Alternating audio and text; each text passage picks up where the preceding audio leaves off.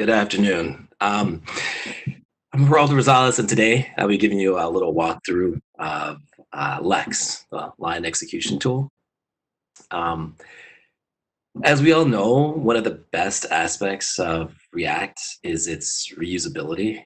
But before it can be reusable, it first has to be usable. Um, so we've gone to meetups. Watched YouTube videos, and learned everything we can about React hooks, the life cycles, dumb components, smart components. Um, and we found our ideal match for that IDE or editor that we've fallen in love with. But what's next? I know that's a lot of questions that I get that's on a lot of people's minds that are learning React. And once, hold on 1 second.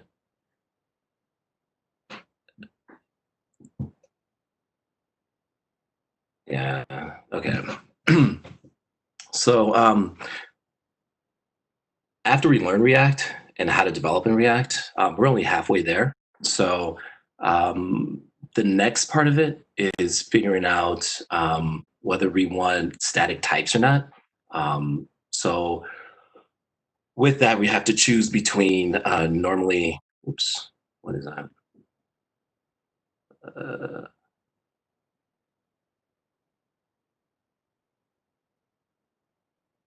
Typescript or Flow. Personally, I enjoy using TypeScript, but you may have your own preference.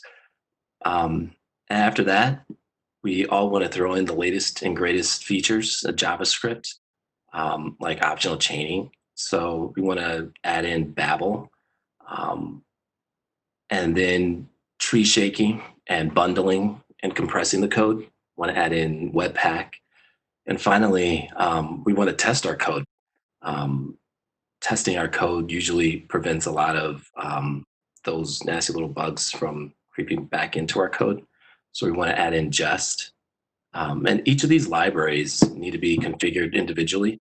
And most of them require a lot of additional plugins to get what we really want out of them. So, for example, we need React plugins for Babel and Jest to run smoothly. Hot module reloading within Webpack to get or debug within our dev environment. And how we're going to bundle everything together to throw it on, let's say, S3 bucket so we can host our app once we kind of create that masterpiece. So this is where Lex comes in. Lex, or line execution tool, is a CLI utility that combines all these tools into one, and taking care of a lot of the hard work for you, constructing your dev environment and using the most common settings, uh, but still allowing you to configure as needed. But it makes your React code now usable.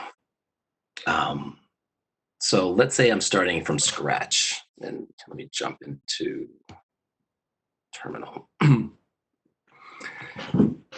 All right, so I want to create a new app. If you have an app already developed, that's great. If you wanted to pull down a skeleton app, you can do that as well. So we'll just pull down a fresh one for this demo. We'll use a TypeScript app. So we'll initialize a new app. We'll call it my app.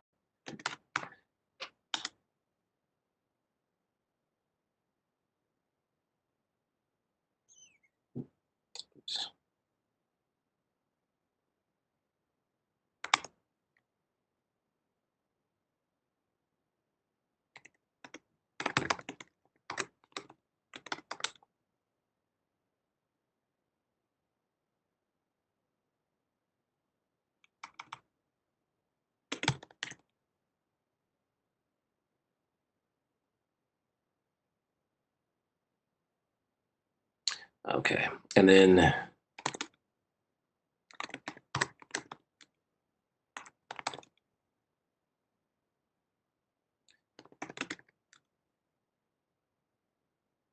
install it.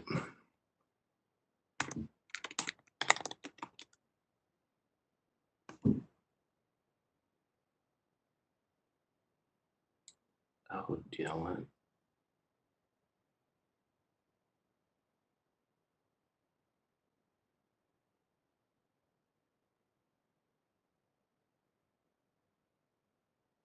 Oh, yeah, I just ran it, but hold on.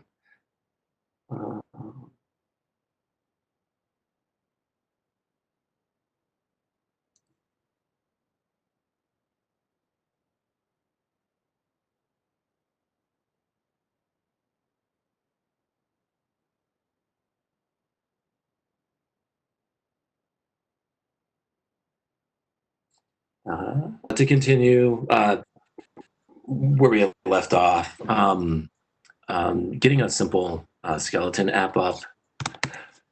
We just initialize a new app. So let's say React app, we want a TypeScript app. We'll pull it down. If we go into it,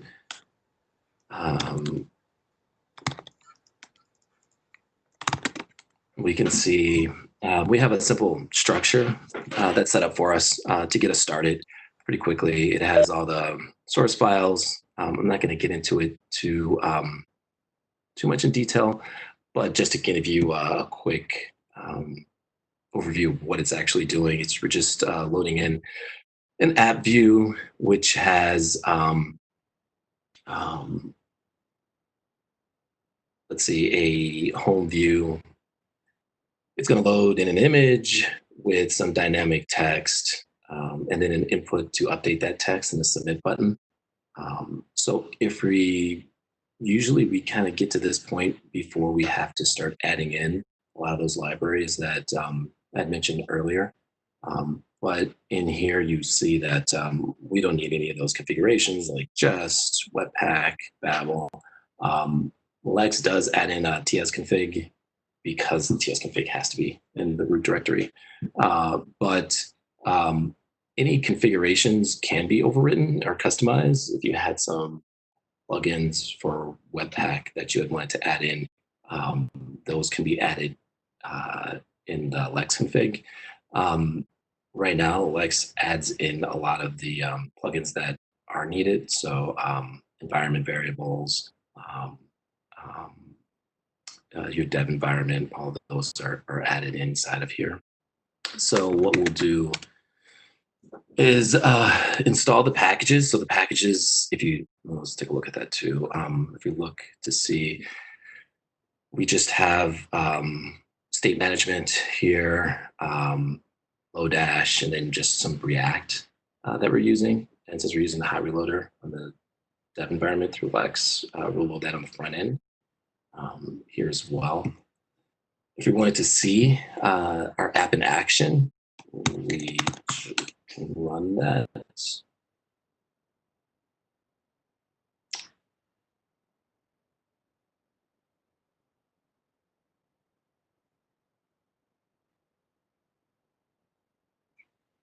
And some of the other plugins as well are they'll compress image files for you, as well as concatenate and use post CSS for any CSS files.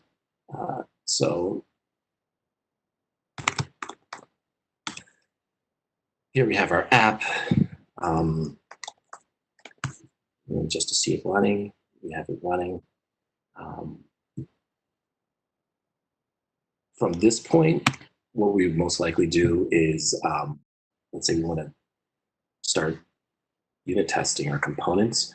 If we look inside, we have a couple unit tests, just basic unit tests that are running through our views.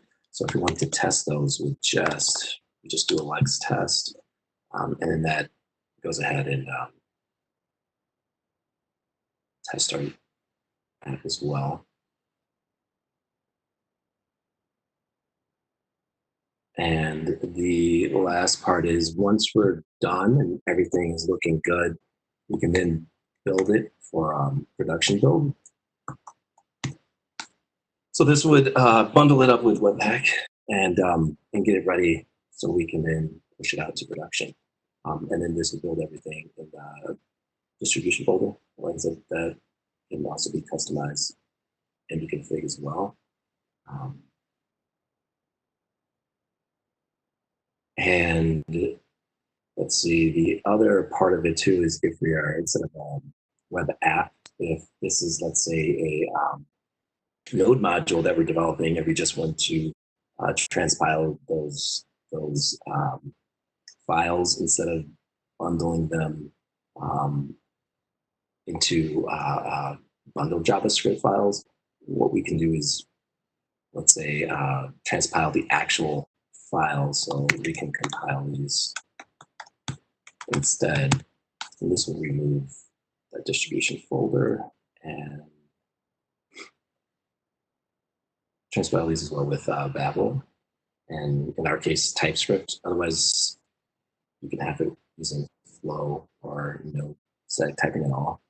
So if we have this, you can see our actions. Everything's transpiled into ES5 code. Those are views.